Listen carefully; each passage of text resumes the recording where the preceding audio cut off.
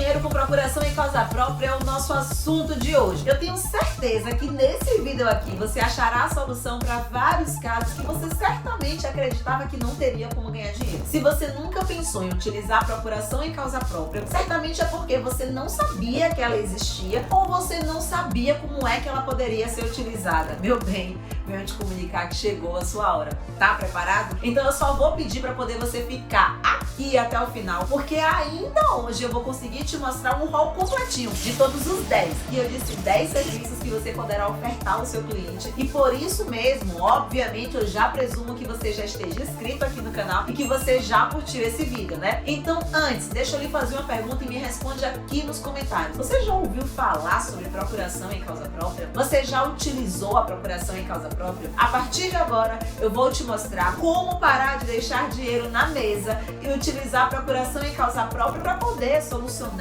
aquele problema do seu cliente e receber os seus honorários com serviços que você até então nem imaginava que a procuração em causa própria poderia te trazer. Não sei, eu tô trazendo a procuração, mas vocês entenderam, né?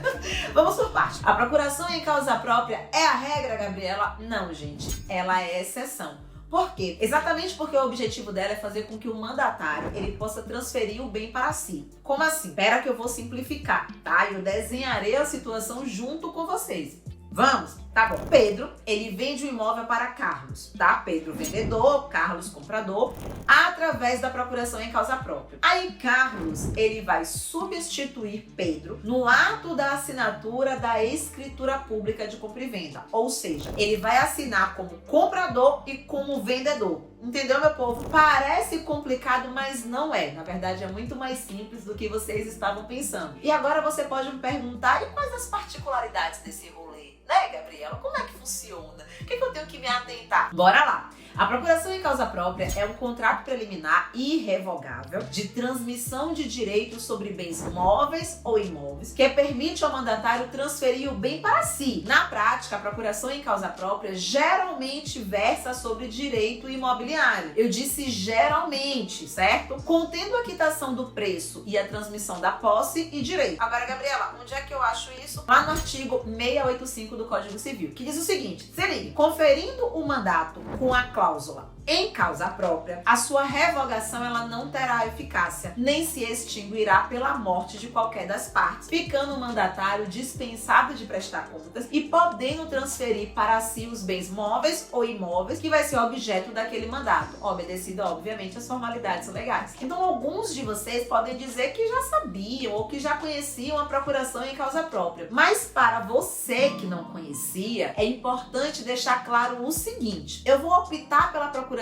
em causa própria em todas as situações que o meu cliente ele bater a minha porta, não. Quando é que eu vou pensar em utilizar esse instrumento, Gabriela, sabe? Quais perguntas eu devo me fazer enquanto profissional? Qual a situação do meu cliente no momento do aperfeiçoamento do negócio jurídico? Sabe? A primeira pergunta que você pode se fazer. Esse meu cliente, ele poderá assinar a escritura pública quando ela estiver pronta? É uma outra pergunta. Esse aperfeiçoamento do negócio com a concretização vai perdurar por um longo tempo? É uma outra pergunta. Existe algum obstáculo que venha impedir essa concretização imediata? É uma outra pergunta que você precisa se fazer para saber se para o seu cliente a melhor opção é a procuração em causa própria. Vamos dizer, por exemplo, que o vendedor ele está com uma doença que pode levá-lo a óbito, mas essa doença não interfere na sanidade dele, ou em uma situação, por exemplo, onde o vendedor ele precisará fazer uma viagem, né? Ele vai mudar de país, ou alguma situação que você vislumbre que trará mais segurança para o seu cliente. Conseguiu captar a mensagem? Depois de ter respondido essas perguntas, você conseguirá, com certeza absoluta, verificar se a procuração em causa própria é ou não a melhor opção para aquele seu cliente. Outro ponto muito importante é você levantar os custos. E por isso que eu sempre falo que os advogados eles devem cobrar pela consultoria jurídica, porque é exatamente nesse momento que ele vai trazer todas as informações necessárias para que o cliente tenha segurança daquele ato que vai ser realizado. É exatamente a partir desse momento que o seu cliente ele fica ciente das vantagens,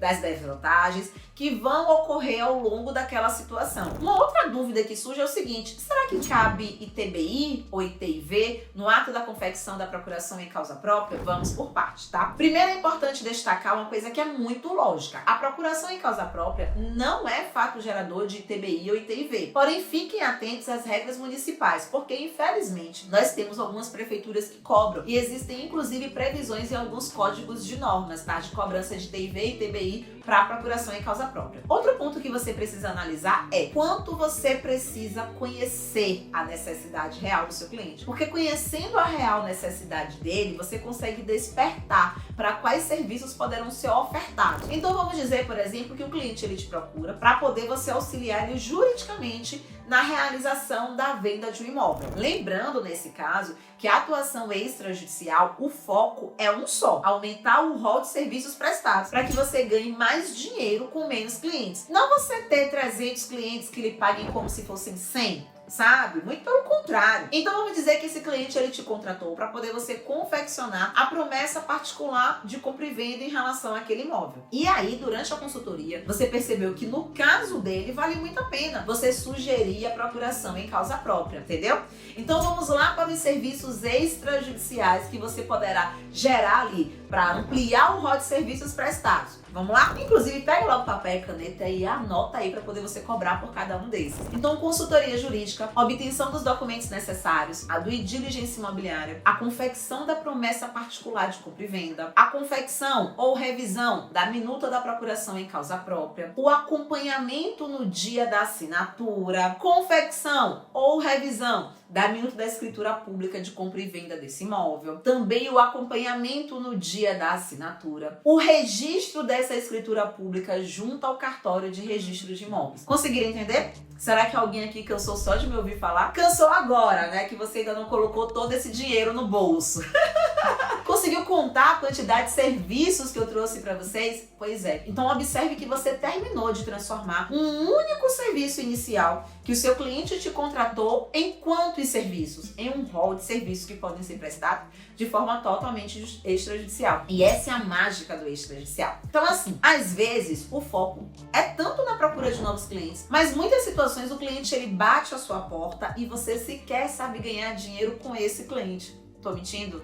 Eu tô conseguindo te entender. Se você for assíduo aqui no canal, isso não acontece com frequência não, tá? Às vezes você não tá precisando de mais clientes, e sim do conhecimento certo para que você possa aumentar o leque de serviços que você pode ofertar para os clientes que você já tem ou até muitos que você passará a ter. Então me conta aqui nos comentários se você já havia refletido sobre isso, se você já fez procuração em causa própria, se você perdeu a chance, inclusive, de apresentar isso, esse rol de serviço. Eu não disse para você que valeria a pena ficar nesse vídeo até o final? Pois é, eu avisei. E se você quiser muito mais do que isso, me segue lá no Instagram, Seu Jurídico Imobiliário. Eu espero que esse vídeo tenha aberto seus horizontes para o mar de oportunidades que é a advocacia extrajudicial. É isso mesmo que ela poderá te proporcionar. Não esquece de dar o curtir aqui nesse vídeo e a gente se vê em breve.